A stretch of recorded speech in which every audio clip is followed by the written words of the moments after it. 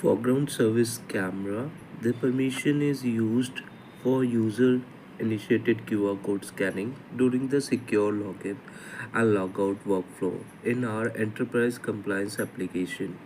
During this, employees can authorize scan QR codes to start and secure work session inside the app.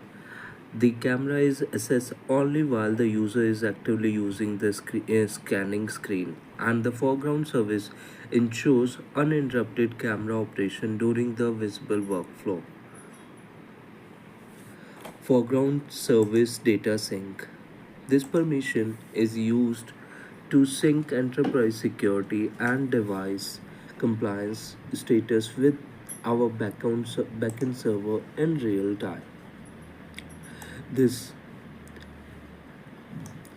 the app sync active session status and device compliance event, restricted camera applications, camera restrictions rules, and user login and logout session data to ensure workplace security performance remains app up to app.